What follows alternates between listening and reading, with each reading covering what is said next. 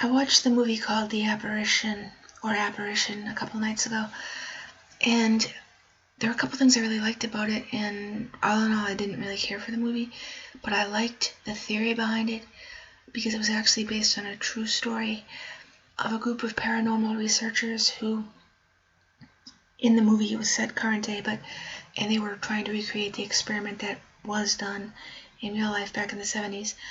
But what happened was, not in the movie but in real life, a group of paranormal investigators decided to see if it were human belief in a ghost or in the supernatural that were creating the paranormal activity.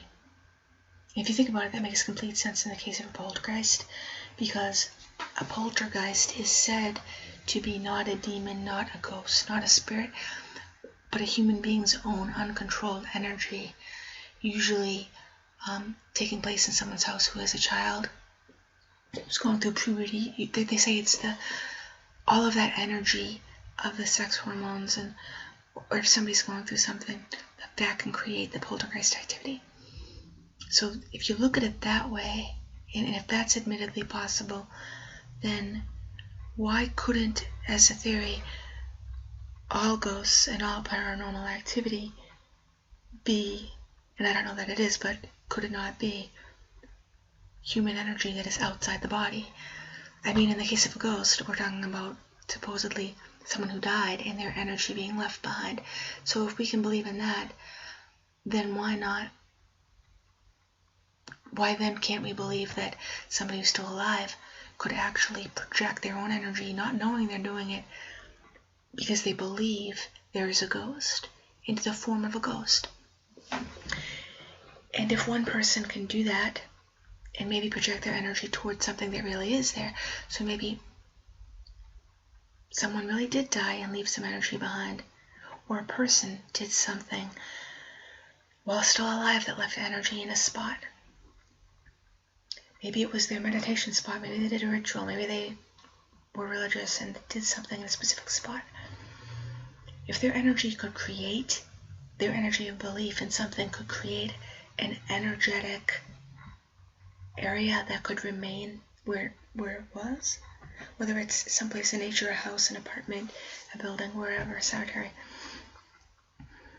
then why couldn't someone who went somewhere knowing it was potentially haunted because other people said so, then have their own energy, expectation, and belief that there would be something there added to that? And what about the possibility then that that energy actually gets activated, or in essence feeds on the person paying attention to it? So what if the person's energy of fascination or fear causes it to grow stronger? Especially in the case of fear, you're truly believing what you're seeing is going to harm you or is in some way scary. Could it not be your own energy then causing whatever it is that scares you to manifest in whatever it is that you believe you're seeing in front of you? So it would be your worst nightmare. It would be whatever scares you. That's a fascinating idea. So in the case of the paranormal investigators in the 70s, they decided to create a ghost by just making up someone, pretending they knew him, talking about him, getting together, talking about his life as though they were his friend and he died. And they continued on with this. You can Google this and look it up. Until paranormal activity actually started happening. Tables moving, or lights going on and off. So they believed they were successful with their own human energy creating a ghost. They didn't want to focus the energy on something that didn't exist. Something that existed already. Because if they did that, then they could say, well, they were just putting energy on the ghost of John Lennon, and John Lennon appeared. They wanted to create someone who did not exist to prove that it was human energy that could possibly do that. So in the movie, The Apparition, a group of college students try to recreate the experiment, but they want to scientifically prove it, so they hook themselves up to EEGs, and they do something that amplifies the power. So instead of like 4 people around a table, it's 4,000 putting energy into the ghost they created. and then everything goes wrong and it gets real crazy. But I'm kind of wondering if, this could actually explain, if this theory is true, this could explain why some people who feel they're being demonically attacked, if they're Christian and call on Jesus, it goes away. Even if they're not, and they call on Jesus, it goes away. But you're not going to have a Muslim calling on Jesus. My point being, or Hindu, my point being, even if someone doesn't believe in Jesus, they had to have at some point in their life, it was probably their childhood religion, even if they aren't into it or are outright against it. But the belief in that is probably in the same part of their brain that fear response comes from. So whatever they're projecting with their fear, that's actually possibly manifesting as paranormal activity, is getting worse the more they fear it. So the antidote to that could very possibly be calling on the childhood belief or the current belief in a religious figure to stop it. And that would be why someone could say, but I didn't even believe in Jesus, but it worked. If that same person were brought up Muslim or Hindu, I don't think calling on Jesus would work. It happened to me. I had an experience which is too long for this video, so I'll go into it in another video. But I did scream out for Jesus to stop it, and it didn't. And so I have to wonder if a Hindu called on Shiva, would it stop it? And I think yes, even if the person hadn't been Hindu since they were a little kid. Same thing with Muslim, whether you're currently practicing or you were when you were a child. I think calling on Allah would be the thing to stop the entity, and the reason it would stop the entity is because the entity is you, or it is your energy that is currently in this moment activating that energy spot of whatever was ever potentially there. And I think looking at it in that way, especially if you look at people who are all putting energy and belief into the same thing, we don't tend to do that with ghosts unless a place is known to be haunted, and then we go there expecting a haunting and find one. But for those situations, what do people believe in that we can't see that could be likened to a ghost? It would be a religious figure so many people believing in during whatever time in history you lived in. So what if so many people believing in Jesus makes the energy of calling on Jesus for those who believe in him strong enough to stop their own demons from manifesting, because A, it is their own demons, and B, it is their own belief, but they don't believe it is them. They have to reach outside themselves for something that they do believe in to stop it, and therefore it does.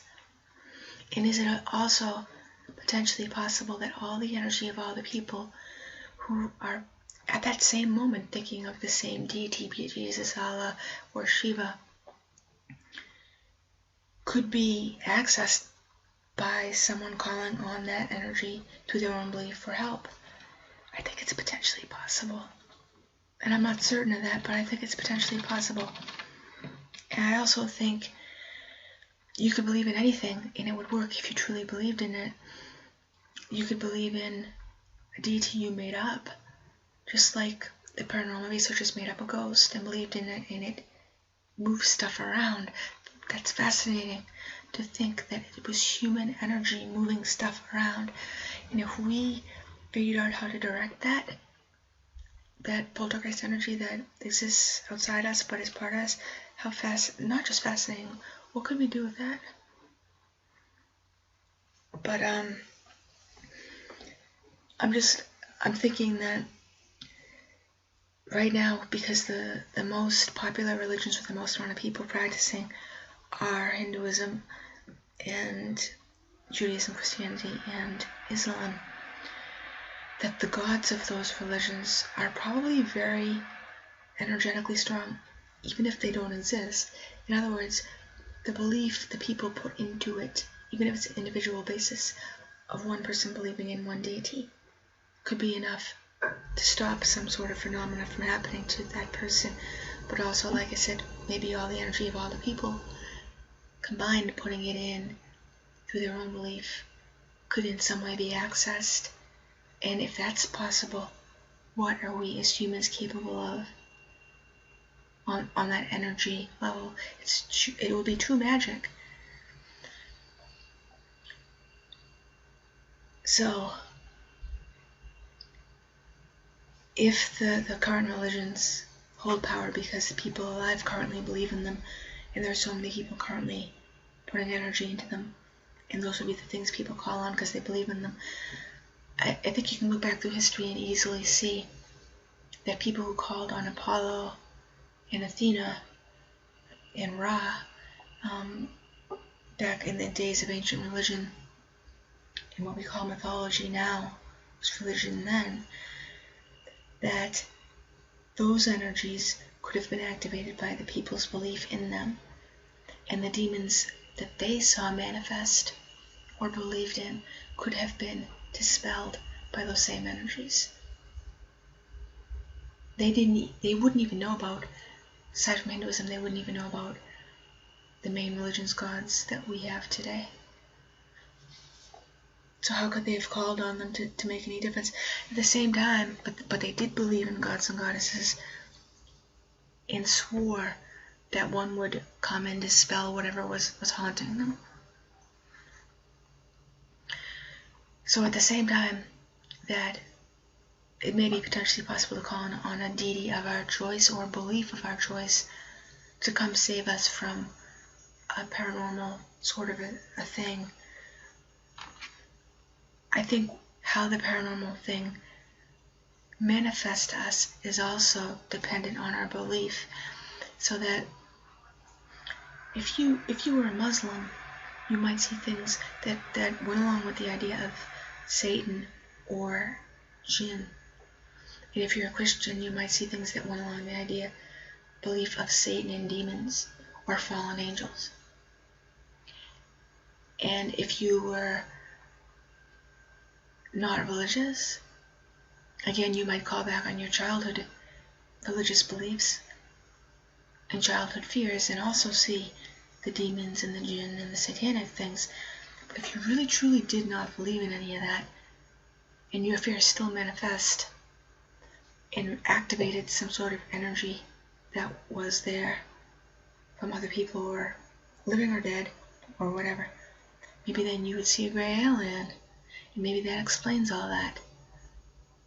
And again, this possibility that all of it is 100% outside of human energy, exists on its own merit, and has nothing to do with what we think or believe about it.